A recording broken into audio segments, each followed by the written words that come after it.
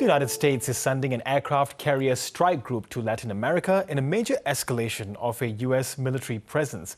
The Trump administration has ordered the deployment to intensify its campaign to targeting boats allegedly used to smuggle narcotics. But is there more to this deployment than meets the eye? Jennifer Parker is from the National Security College at ANU and she joins me now. Jennifer, good to have you back on the program. Now, sending a strike group spearheaded by the biggest aircraft carrier in the U.S., there's quite a lot of resources to combat small boats allegedly shipping drugs, isn't it? Look, it absolutely is. And look, not to downplay the drug smuggling that occurs in the Caribbean. I actually deployed there about 10 years ago. It is significant.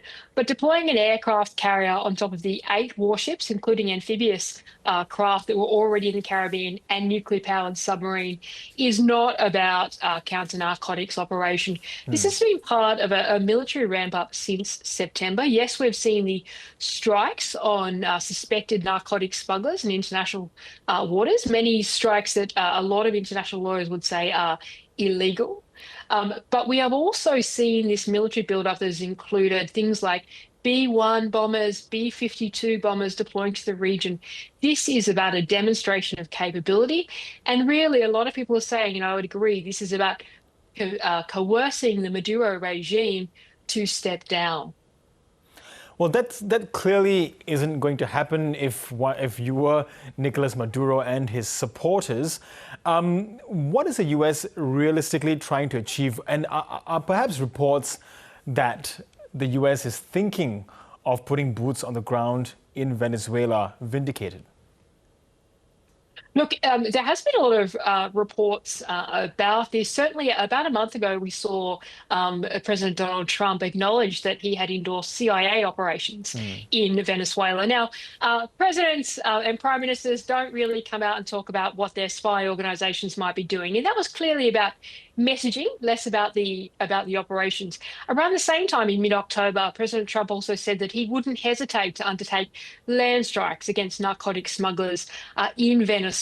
Now, actually, when you think about narcotic smuggling into the US, a lot of that fentanyl actually comes from Mexico across the border, and the majority of cocaine comes from Colombia.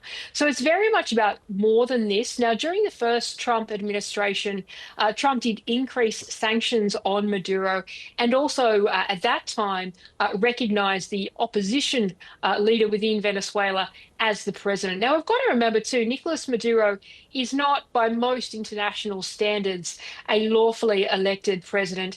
Certainly, a number of recent elections in Venezuela, including the 2024 one, are not recognized in terms of the outcome of him being the lawful president. And there has been a lot of challenges internally in terms of food insecurity, human rights violations. But I think this is about trying to influence Maduro to step down. Now, there's a lot of people that view that would only occur if the Venezuelan military got involved.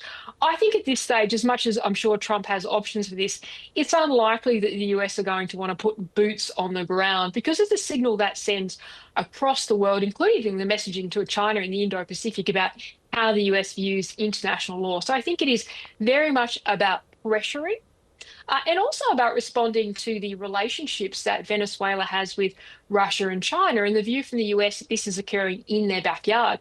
Not well reported on in Australia, but Venezuela actually signed a strategic partnership with Russia this year. And that's going to be in the back of President Trump's mind as well. Will we see that strategic partnership with Russia come into play at all? Will Venezuela's friends be supporting the country in any way and form? And that also includes China. Look, this is a really important and a really good question. My assessment would be that I think that is probably unlikely. Now, when we saw the 12-day war between Israel and Iran, and we saw the US coming at the end of that destroy a lot of Iran's nuclear facilities, Iran also has very close ties with Russia and China, and there was a view of would Russia and China become involved. I think they have demonstrated that they don't really have the intent to do so. Russia is very much tied down in their illegal invasion of Ukraine and probably doesn't have a lot of capacity beyond that. And China has a lot of things it needs to focus on, both internally but also in the South China Sea and Northeast Asia. So I think that is Unlikely, but I think the US would be concerned about China and Russia influence in what they see as their backyard. And as I mentioned before, look, the US strikes against narcotics or suspected narcotic smugglers are generally viewed to be illegal on the high seas. And this does seem to be a demonstration of force about coercing Maduro. But Maduro is also very much a dictator that is certainly thought of to have committed a number of human rights abuses.